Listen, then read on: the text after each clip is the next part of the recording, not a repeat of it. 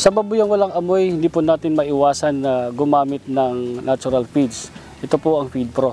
Kasi po ang Feed Pro, sa kabila na ito'y walang sangkap ng mga antibiotiko, chemical at hormones at mga animal byproducts, ang isinasangkap naman po natin dito ay good bacteria o probiotics. Pag kinain po ito ng baboy, nagbibigay po ng magandang performance, maganda ang growth ng baboy, lumalaki po ang baboy. Ang Feed Pro po ay sadyang walang antibiotiko. Sapagkat alam naman natin ang epekto nito sa kalusugan ng hayop, maging sa kalusugan ng tao. Inalis na natin sa ating mga feeds ang mga antibiotikong ito. Ang probiotics po na isinasangkap sa Feed Pro feeds o natural feeds ay nakatutulong para lalong ayusin ang kalusugan ng hayop, lalong-lalo na ang kanyang gut system, no? Dahil pag meron pong probiotic, mini-maintain nito ang kaayusan ng pagtutunaw, ang pag-distribute dito sa buong katawan, yung tinatawag natin una, digestion, absorption at saka assimilation. Lahat po ng tatlong prosesong ito ay ginagampanan ng ating natural na feeds sa pamamagitan ng pagtulong ng mga probiotics. Sa Feed Pro po o natural feeds, meron tayong mga stages na sinasabi. Meron tayong winner stage at meron tayong pre-starter, meron tayong starter, may grower at saka may finisher. At saka pag halimbawa nagnanais kayong mag-ship ng pre-starter to starter, ay dapat din nating matutuhan yung tinatawag na gradual shifting para hindi po nabibigla ang baboy sa pagkain. Halimbawa, sa unang araw ay pwede po natin gawin yung 75% sa pre-starter, 25% sa starter. Second day, 50-50 na po. Sa third day, 25% sa pre-starter, 75% sa starter. At on the fourth day, 100% na po na starter. Ganun po ang ginagawa nating turo sa mga nagsiship ng pagkain in every stage. Meron po tayong tatlong paraan ng pagpapakain sa natural feed sa baboy. Meron po tayong tinatawag na dry feeding, wet feeding at saka liquid feeding.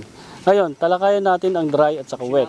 Sa dry feeding, pakakainin nyo lang po ang baboy ng feeds natin na as in dry, no? Ihahagis natin doon, ibibigay natin sa baboy sa loob ng kulungan. Yun po ang pamamaraan natin. Ang sumunod pong sistema ay yung babasain lang natin ang feeds. Pwede pong ganun ang pamamaraan. Pero meron po kaming most recommended na pamamaraan. Ito po yung tinatawag na liquid feeding. Ang liquid feeding po kasi ay mas mahusay kaysa dalawang paraang unang aking nabanggit. No?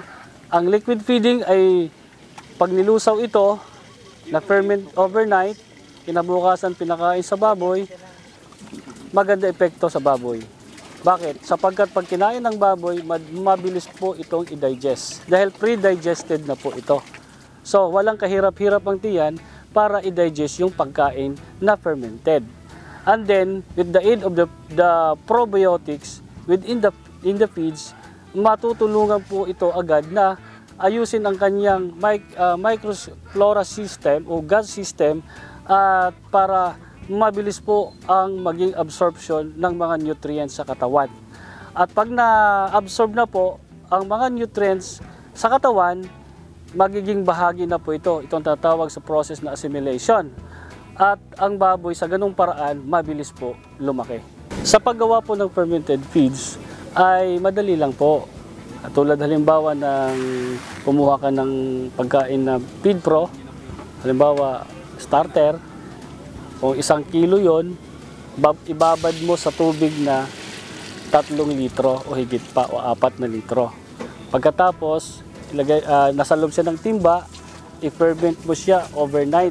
Ganun lang po ang paraan ng pagbababad ng ating feeds. Pero dapat tandaan natin na ang ating mga gagamitin sa pag-ferment tulad ng pail ay dapat malinis at tinatakpan po yan. Huwag nating paaarawan dahil ma-spoil po ang ating feeds. Ang fermentation procedure po ay hindi po para sa lahat ng klase ng pagkain. Yan po ay para lamang sa Feed Pro. Ang Feed Pro po ay ginawa o dinisenyo para sa fermentation.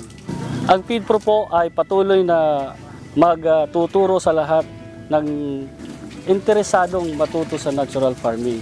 This is the right business for you.